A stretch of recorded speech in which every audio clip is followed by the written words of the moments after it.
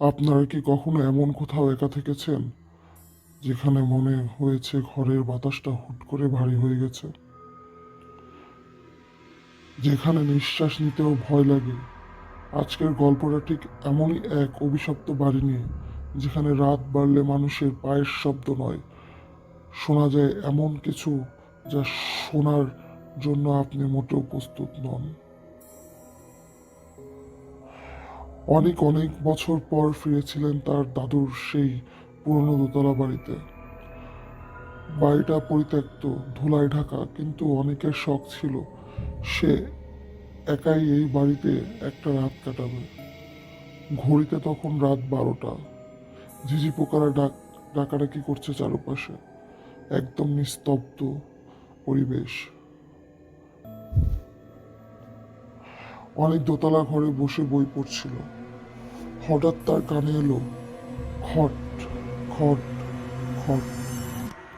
নিচে কাঠের মেঝেতে কেউ ভারী জুতা পায়ে হাঁটছে। অনেক প্রথমে ভাবলো শেয়াল বা অন্য কিছু, কিন্তু সদর দরজা তো ভেতর থেকে বন্ধ ছিল। সে নিচে নামলো, কাউকে পেল না। আবার ফিরে এলো ঘরে। ঠিক 2 মিনিট পর আবার শব্দটি নিচে নয়, ঠিক তার ঘরের দরজার বাইরে।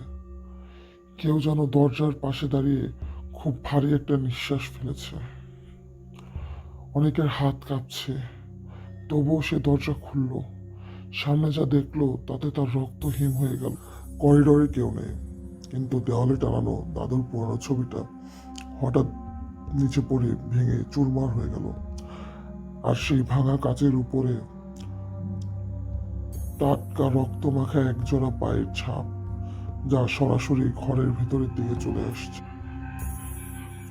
পিছন থেকে একটা ঠান্ডা ফিসফিসানি ভেসে এলো অনেকের কানে। কে যেন বলছে, আমাকে খুঁজতে এত দেরি করলি কেন? অনেক পিছনে ফিরেই দেখলো জানালার পাশে দাঁড়িয়ে আছে একটা কুয়াশূন্য অভয়া। মুখ নেই, শুধু দুটো জলজন্ত চোখের গহ্বর। সারা ঘর বরফের মতন ঠান্ডা। গ্রামবাসীরা অনেককে পরের দিন সকালে খুঁজে পায় সেই বাসায় অজ্ঞান অবস্থায়। সে ঠিকই বেঁচে ফিরেছিল, কিন্তু আজও সেই রাতের কথা সে ভুলতে পারেনি। সে প্রতিটি রাতের ঘুমানোর পরে তার সেই দুঃস্বপ্ন বারবার তার চোখের সামনে ভেসে ওঠে। তাকে এখনো কেউ ডাকছে আর বলছে, আমাকে খুঁজতে এত দেরি হয়ে গেল তোর। হ্যালো, আসসালামু আলাইকুম। কেমন লাগলো আমার এই গল্পটা? যদি ভালো লাগে তাহলে সাবস্ক্রাইব করুন, লাইক করুন এবং শেয়ার করুন। আল্লাহ হাফেজ।